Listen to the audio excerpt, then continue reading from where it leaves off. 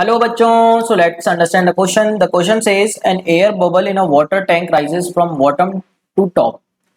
Which of the following statements are true?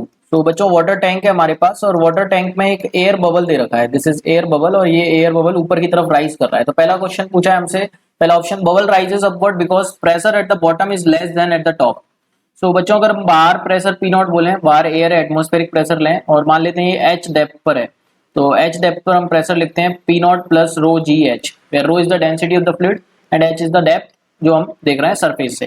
सो बच्चों हम देख सकते हैं ये प्रेशर अगर हम इस पॉइंट पर बी पॉइंट बोले ये, तो बी पॉइंट पे प्रेशर ज्यादा है as compare to a surface से.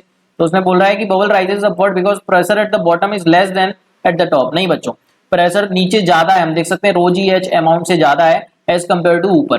तो bubble rises upward because pressure at the bottom is greater than at the top. तो हाई प्रेशर से लो प्रेशर इस तरीके से ये मूव कर रहा है, हम देख सकते हैं. तो बी ऑप्शन बिल्कुल सही हो जाएगा बच्चों.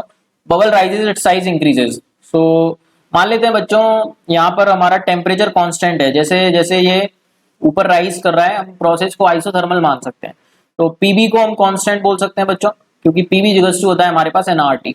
पीबी जिगस टू क्या होता है? एनआरटी.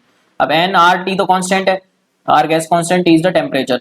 सो बच्चों पीबी जिगस टू कांस्टेंट बोल सकते हैं यहाँ पे. तो P is inversely proportional to volume. तो जैसे जैसे बबल राइज कर रहा है तो हम देख सकते हैं प्रेशर डिक्रीज हो रहा है, तो वॉल्यूम को बढ़ना पड़ेगा बच्चों.